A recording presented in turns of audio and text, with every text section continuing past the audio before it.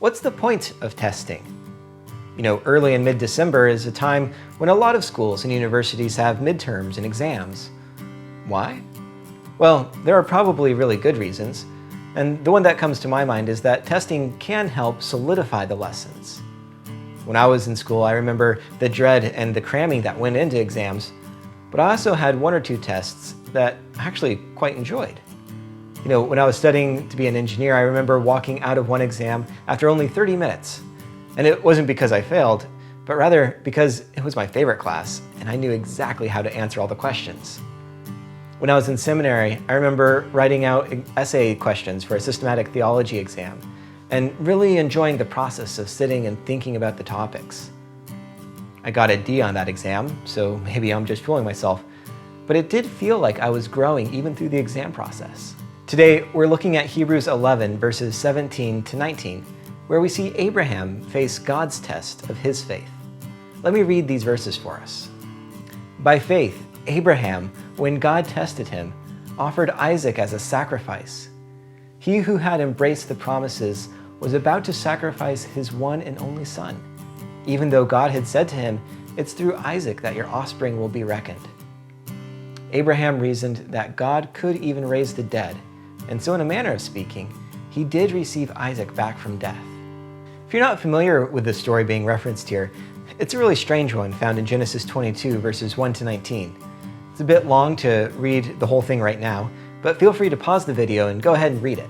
This story is filled with foreshadowing and pictures of God's love.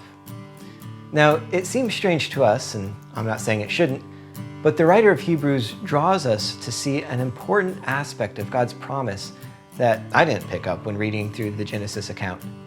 Verse 19 of Hebrews 11 tells us that Abraham reasoned that God could raise the dead. Resurrection, new life, is the primary hope for the Christian.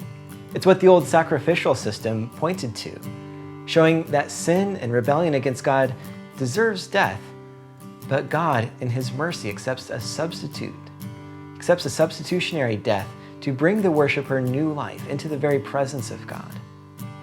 We saw that with Abel, and we see it again here. At Advent, we join with Abel and with Abraham and all the Old Testament cast of characters in that longing and expectation that God will provide this substitute. Genesis 22 highlights this, and I love this.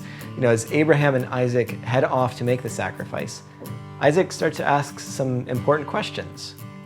Genesis 22, 7 and 8 say, Isaac spoke up and said to his father, Abraham, "Father?" "Yes, my son," Abraham replied. "The fire and wood are here," Isaac said, "but where is the lamb for the burnt offering?" Abraham answered, "God Himself will provide the lamb for the burnt offering, my son." God will provide the lamb. Abraham is expecting God to provide for him, whether that's the provision of Isaac, how He has already provided, or some last-minute intervention, which is what we see happen. And this comment foreshadows Jesus, the very Lamb of God who came to take away the sins of the world. Now, this story stands as great comfort and a challenge for our faith. I'm tempted to ask, what if and why? I don't see or understand all the reasoning behind God's actions and testing. Yet, like Abraham, I am called to trust God and by faith expect that God will give me new life. What will that look like for you this Advent season? Where is God calling you to act in faith, even if that means putting aside some good blessing from God? Join me in praying and asking God for the faith to trust Him, even if that means losing the thing that I love.